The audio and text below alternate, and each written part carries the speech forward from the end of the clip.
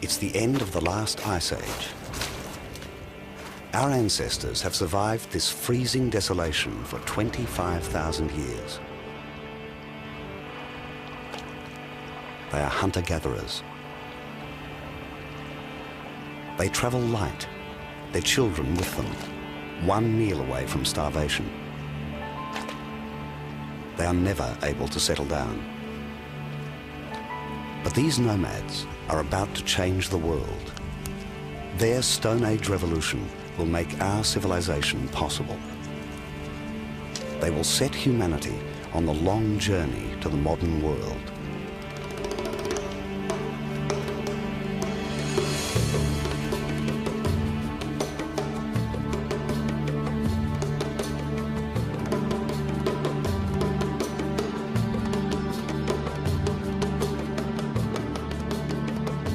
Around 15,000 years ago, the climate began to change. The glaciers melted, and with water, the world came back to life. One of the best places for humans to live now was an area of the Middle East we call the Fertile Crescent, from Israel to Iraq. The hills were dotted with trees, which spread quickly as the weather improved. The open woodlands were like a garden, supporting a new range of edible plants. Animals flourished on the uplands and fertile plains. It was a hunter-gatherer's paradise.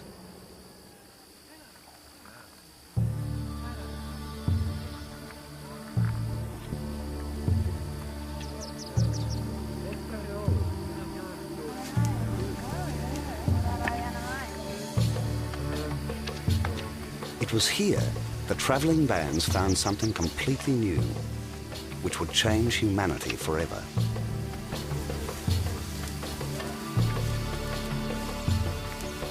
They discovered a huge family of plants, the grasses. It was a vast supply of grain.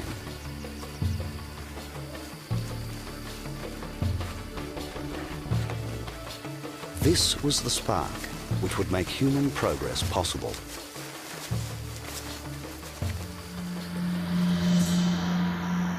The evidence is scattered in valleys across the Fertile Crescent. These people left no recorded language or stories. All the archaeologists can do is dig.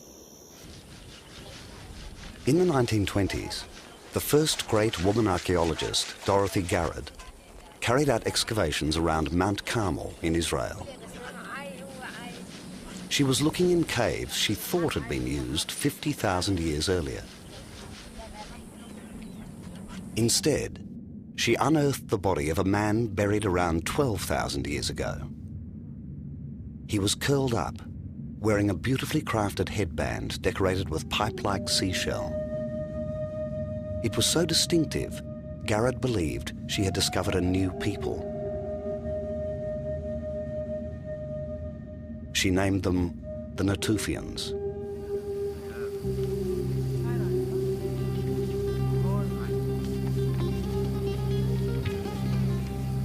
As she kept digging, she found something researchers had never seen before. It was a tool with a bone handle.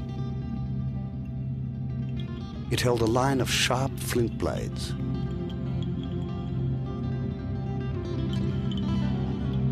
They were coated with a shiny residue, traces of a wild grass, an ancient form of wheat. It was a sickle, a tool designed especially for cutting grass.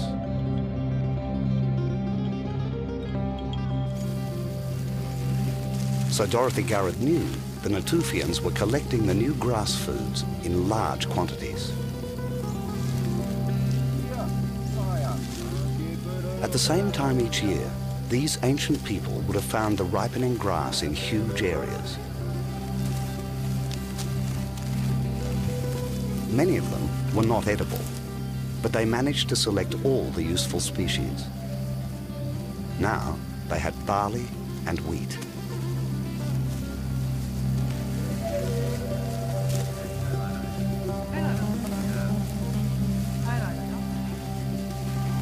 but they were travellers, working together in small family groups. They had to carry everything they harvested.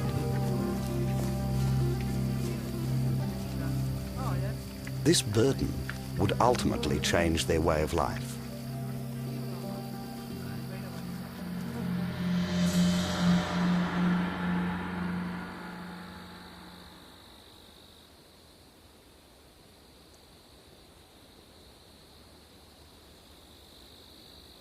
Today, the land of the Natufians is drier and hotter. The past is waiting to be discovered just beneath a forbidding surface.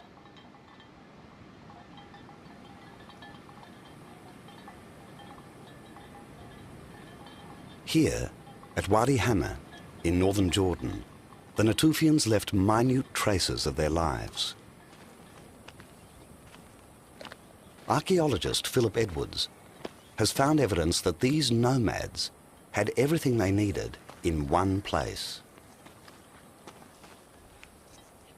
They're well placed here. They're on water and they are positioned between the lowlands of the Jordan Valley and the uplands of the Mediterranean hills behind. In fact, the Jordan Valley, when the Natufian people were here, was filled by a lake, Lake Luzan, which extended right up and right past the scene here.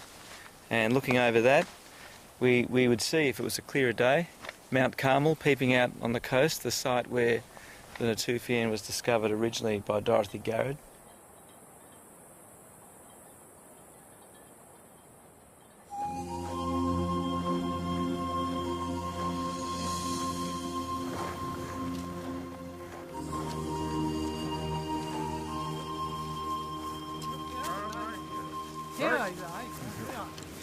Archaeologists estimate there were no more than 1,000 families living in the whole of Israel and Jordan at the time. There was enough grain to feed them well, and it was all growing wild. Now, archaeologists have experimented in harvesting wild cereals in their natural area in the Middle East. And what they found is that one person harvesting for a period of about 3 weeks can produce enough food to feed a family of 4 for a whole year.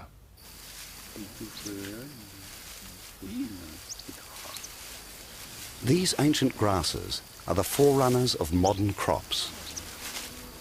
The grains discovered by the Natufians still feed more than half the world's population today. Of all the things they ate, grain was unique in one vital way. It did not decay. Keep it dry, and it lasts for decades. For the first time, they had food they could rely on for long periods of time. Now, they needed to store their grain. There was a reason to stay in one place.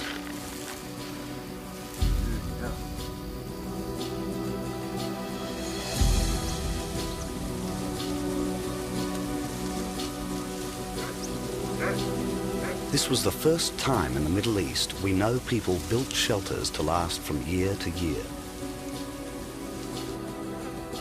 And they remained here from generation to generation down the centuries.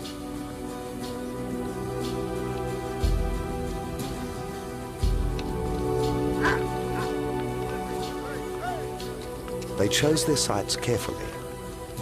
Many had low stone walls. Their remains can be found all